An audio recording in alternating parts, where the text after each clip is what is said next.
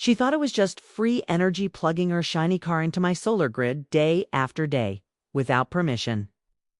But this wasn't just about stolen electricity. It was about power, control, and the unspoken rules people like her believed they could enforce on neighbors who looked like me. What started as quiet theft soon revealed something far darker, a clash fueled by prejudice, arrogance, and entitlement. And when I finally decided to fight back, the outcome shocked the entire neighborhood. What happens when privilege meets resistance? It started with something simple, something that should have been ordinary, just a man enjoying the life he had, carefully built for himself. My days were structured but peaceful. Mornings began with the soft hum of solar panels catching the first rays of sun. I had invested years of work and savings into building a home that was not only comfortable, but also independent. A place where energy was clean, bills were low, and I could finally breathe without worrying about debt or rising costs. To me, those panels on my roof weren't just technology. They were freedom. Most people saw only the glass surface glittering in the sun, but I saw the countless overtime hours, the sacrifices, the determination it took to get there. Growing up, I was taught that if I worked twice as hard, I could earn half as much respect. And maybe that lesson stayed with me. Because even when people doubted me, even when they expected me to fail, I built something that was mine. My home wasn't just a house, it was proof that no one could define my worth but me. Neighbors walked by and often stared. Some admired quietly, some whispered. And then there were those who carried a different kind of gaze, one heavy with judgment. As though I didn't belong here, as though success wasn't meant for people like me. But I brushed it off. I told myself it was all in my head, that I was imagining it. After all, who wants to believe that behind smiling faces and polite greetings, resentment might be simmering? For months, life followed a rhythm. Work, home, tending to the small garden in my yard. Weekends spent fixing little things around the property or reading in the quiet of my porch. I valued those moments of stillness because they reminded me of how far I had come. Each day, I plugged into the satisfaction of knowing I had control over my life, over my energy, over my peace. But control is fragile. It can be disrupted in ways you don't expect, often by people you least anticipate. The first time I noticed something was off, it was subtle. Few numbers on my energy monitoring system didn't add up. I brushed it aside, maybe I had left something running longer than usual. But then it happened again and again. The readings kept climbing, even when I wasn't using anything unusual. My grid was efficient, calculated, and designed to be precise. Something wasn't right at first. Suspicion whispered quietly at the back of my mind. I wondered if it was a malfunction, a software glitch. Yet deep down, I knew technology rarely lies, simply records the truth. What I didn't know then was that the truth was closer to home than I ever expected. Around this time, I began noticing one neighbor in particular more often than before. She lived just 2 houses down, a woman who carried herself with a kind of entitled confidence. Always immaculate, always certain the world owed her something. People called her Karen behind her back, and honestly, the name fit. She seemed to have her nose in everyone's business, commenting on lawns, on mailboxes, on who parked where.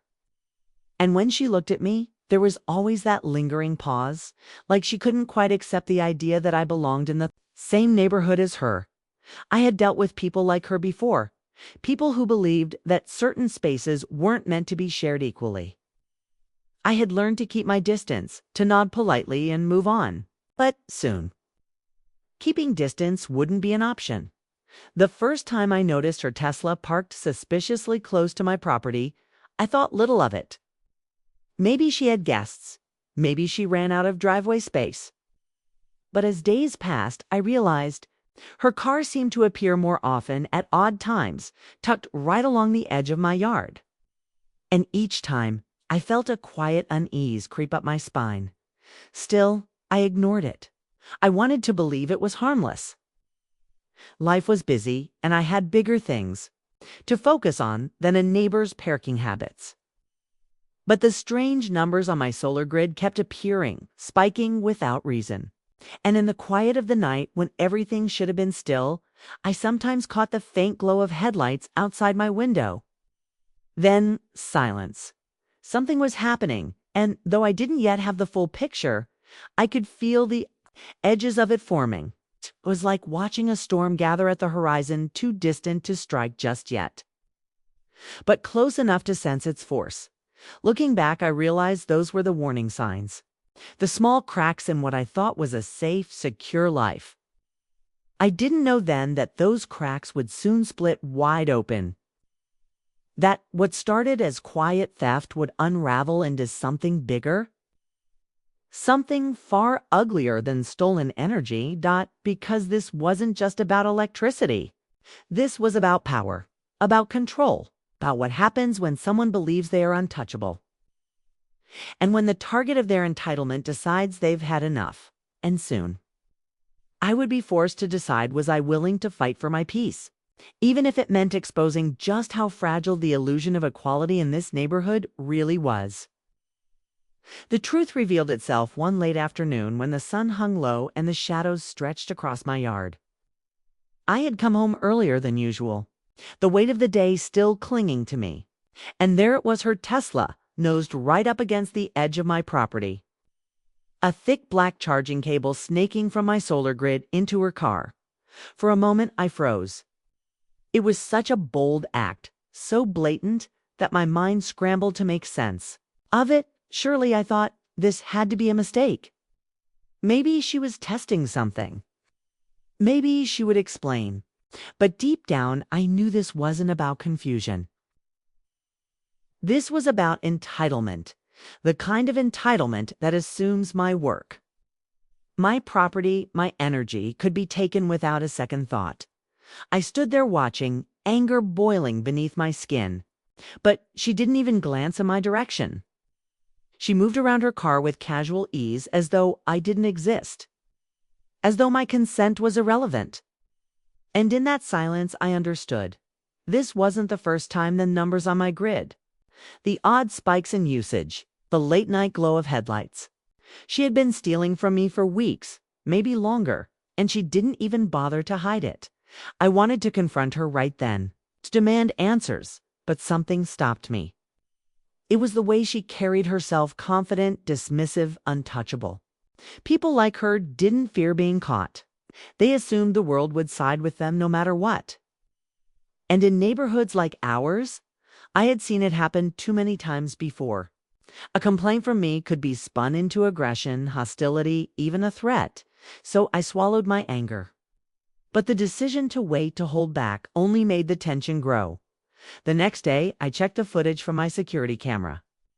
What I found confirmed my worst fears. Night after night, she had crept onto my property, dragging her cord across the grass, plugging her car into my solar grid while I slept. Sometimes she glanced around nervously, but most times she moved with calm arrogance, like someone who believed there would never be consequences. The evidence was undeniable. And yet, I knew evidence alone might not be enough. In a world where perception mattered more than truth, my word and my proof could still be twisted against me. I had to be careful. I started noticing other things too. It's the way she stared when I walked by, the little smirk when our eyes met. Once I overheard her talking to another neighbor, her voice sharp and mocking. She called me the solar guy, but not with respect, with a sneer, as if my hard work was some kind of joke. It was more than theft. It was about control. She wanted me to know she could take from me and get away with it. Still, I kept quiet, but inside the pressure was building, like a storm gathering strength. Then came the day she pushed it too far. I arrived home to find not only her car plugged in again, but also her standing in my driveway, chatting casually with another neighbor. She had the audacity to use my property as her own social stage. And when she saw me, she didn't flinch. She didn't apologize. She just smiled faintly, a smile that said, What are you going to do about it? Right. That was the moment something snapped. Inside me, I didn't confront her, not yet. Instead, I began to plan. If she thought my silence was weakness, she was wrong. Silence can be strategy. And I decided that if she wanted to keep taking from me, she was going to feel the cost of it. But as I prepared, something unexpected happened. The HOA sent me a notice on official letter claiming that my solar setup might be a safety hazard. They wanted me to review compliance and threaten fines if I didn't cooperate. My stomach sank. It was too perfect, too sudden. I knew exactly who was behind it. She wasn't satisfied with stealing from me. No, she was trying to paint me as the problem. The injustice cut deep. I had built everything within the rules documented. Every step invested not only money, but also pride into creating a sustainable system. Yet here I was, being treated like a criminal for protecting what was mine. That night, I barely slept. My mind replayed every glance, every smirk, every moment she had stolen from me. And with each memory, my anger sharpened into resolve. If the system was going to side with her, then I would have to protect myself in ways they couldn't ignore. The next morning, as the sun lit up my panels, I stood on the porch watching her Tesla creep by slowly, as though marking its territory. She didn't know yet that the game had changed. She didn't know I was done being silent. What she didn't realize was that the same energy she had been stealing could be turned against her, that the current she had taken for granted could become the very spark that exposed her arrogance. The storm was no longer on the horizon. It was here, and I was ready. The night of the breaking point arrived without warning. Though in hindsight, the signs had been there all along. I had set the trap carefully, adjusting the voltage on my system, making sure the safety thresholds were intact, but the surge was undeniable. If she plugged in again, she would feel it. Not enough to harm her, but enough to shock her into reality. It was just after midnight when I saw her headlights cut across the street. My stomach tightened as I watched from the shadows of my porch. Her Tesla rolled up slow, deliberate, as though she believed she was entitled to every inch of this neighborhood. She stepped out, the cord in her hand like it was already hers, with practiced ease. She crossed onto my property and plugged into my solar grid. The moment the connection clicked, the system responded. A sharp crackle of energy, a flash of light, and then her startled cry pierced the silence. She jerked back, shaking her hand, stumbling as the arrogance drained from her face. For the first time, she looked unsettled, vulnerable, and I stood there watching, my heart racing with both satisfaction and dread, because in that instant, I knew it wasn't over. It was only beginning. Her scream drew attention. Lights flicked on in nearby houses. Curtains shifted. Within minutes, phones were out recording. And then, almost like clockwork, the accusations began. She clutched her chest, pointing toward my house, her voice shrill and trembling. He tried to electrocute me, tried to kill me. The words sliced through the night like a knife. Suddenly, I wasn't the victim of theft. I was the villain in her story. My neighbors, some curious, some already suspicious of me, whispered among themselves. And when the police arrived, red and blue lights flooding the street, I knew exactly how the scene would be painted. I stepped forward, calm but shaking inside, holding my phone high with the footage from my cameras ready. "Check the recordings," I said, my voice firm, though my hands trembled. "She's been stealing from me for weeks. This isn't the first time. Look at the proof." But proof doesn't always matter when skin color writes its own narrative. The officers split their attention. One listening to her tearful story about being attacked, the other eyeing me with suspicion. Their hands hovered too close, too. Their weapons, their questions sharp, accusatory. Why was my system rigged? Why hadn't I reported her sooner? Why did I think I had the right to handle this myself? The irony burned in my chest. I had followed every rule, built everything legally, invested honestly. And yet here I was, defending myself as though survival itself was a crime. Neighbors whispered louder now. Some nodded at her every word. Others glanced at me with unease, as though my very presence had always been the problem. The air was thick with judgment, heavier than the humid night pressing against my skin. I handed over the footage. Every clip showing her sneaking across my lawn night after night. I expected relief, validation, justice. But instead, I saw hesitation in their eyes, a flicker of disbelief, as though even caught red-handed. She was still more believable than me. That was the moment the weight of it all hit me, how deep the bias ran. How easily the truth could be bent against me. My work, my home, my energy of it seemed to matter. To them, I wasn't the man who had built his freedom. I was just another suspect, another problem to be handled.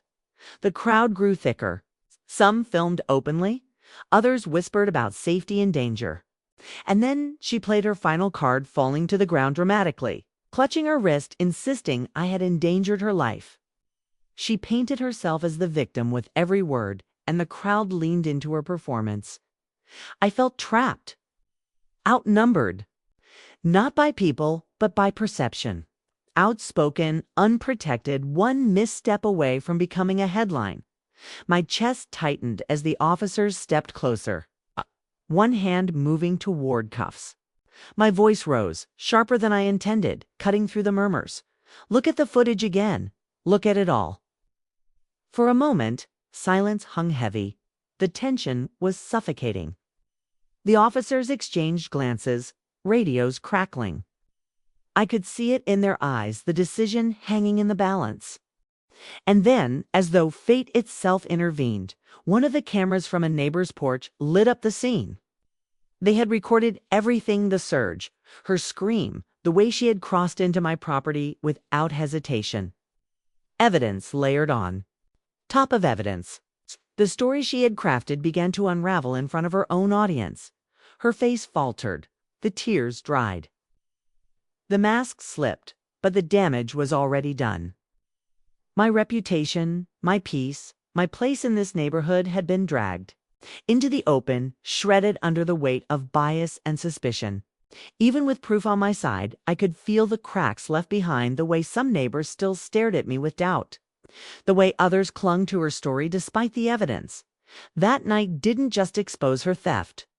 It exposed something much larger: how quickly power can flip. How fragile justice becomes when prejudice tips the scale. As the crowd dispersed, whispers lingering like smoke, I stood alone in the glow of my porch light. My system hummed quietly, steady and unbroken. But inside, nothing felt the same, because I knew this wasn't the end. She would find another way, another weapon.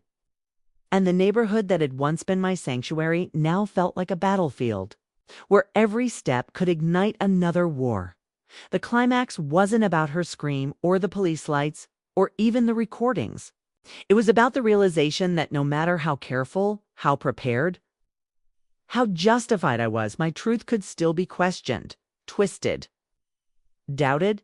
And as I stared into the darkness where her Tesla had stood, one thought echoed louder than all.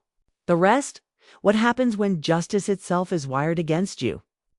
The night eventually calmed, but inside me, nothing felt calm. The officers left with their reports, the neighbors retreated behind closed doors, and the streetlights hummed in the silence of what had just unfolded. Yet the echoes of that night refused to fade. Her scream, her accusation, the way suspicion wrapped itself around me like a noose, all of it stayed, carved deep into my memory. In the days that followed, life did not return to normal. I went to work, tended my garden, checked my panels, but everything felt different. Every glance from a neighbor carried new weight. Were they still doubting me? Did they believe her story despite the evidence? Trust, something fragile to begin with, had been shattered, and she moved through the neighborhood as if nothing had happened, driving her Tesla with her chin tilted high, smiling for the right people, whispering for the others. It didn't matter that she had been caught. For people like her, image was armor. She knew how to twist narratives, how to turn guilt into grievance. I realized then that justice wasn't just about proof. It was about perception. And perception could be poisoned by something deeper than theft. It could be warped by prejudice, by the quiet racism that thrives behind polite smiles and manicured lawns. Because the truth was, this incident was never just about stolen electricity. It was about stolen dignity, about how quickly my hard work could be dismissed, how easily I could be cast as a threat in my own home, and it left scars. I began to notice the little things more sharply. The way police cars lingered longer on my street. The way the HOA seemed to send me more letters than anyone else. It's the way some neighbors avoided eye contact altogether, as though silence would keep them safe. These weren't coincidences.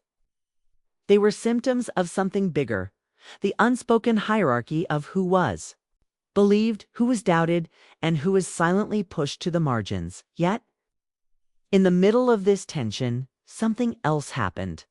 A few neighbors came forward quietly, knocking on my door or sending messages late at night. They had seen the truth. They had watched the footage, heard the lies unravel, and couldn't ignore the injustice anymore. They told me they stood with me, that I wasn't alone. It wasn't everyone. But it was enough to remind me that change often starts small, with a few willing to see what others refuse to acknowledge. Still, the impact ran deeper than any single conversation. Nights were heavier. I found myself checking locks twice, sometimes 3 times. Every sound outside made me wonder if another confrontation was waiting. Living in a neighborhood I had worked so hard to be part of now felt like surviving on contested ground. And that is what racism does. It steals more than peace. It steals belonging. It tells you in 1,000 subtle ways that no matter how hard you work, how much you achieve, there will always be those who see you as an outsider, someone who must be reminded of their place. I thought about how many others live through this daily, not in isolated incidents, but in relentless repetition. Stories like mine rarely make headlines, but they are lived by millions. Quiet injustices, whispered accusations, tilted perceptions, that weigh heavier on some than others. And that is why this story matters, because when my neighbor stole my energy, she wasn't just draining electricity. She was feeding a cycle, the idea that she could take without consequence, that her word would be believed over mine, that my existence was open for challenge at any moment. The question isn't whether I stopped her. The question is, how many others face battles like this without cameras, without proof, without anyone willing to stand beside them? And how many times must these stories repeat before the world finally acknowledges that racism doesn't always wear a uniform or carry a weapon? Sometimes it looks like a neighbor in expensive clothes. Sometimes it hides behind HOA letters. Sometimes it's just a smile masking contempt. I survived that night with my home intact, my panel still standing, and my truth captured on tape. But survival shouldn't be the measure of justice, because survival means living with the weight of constant suspicion.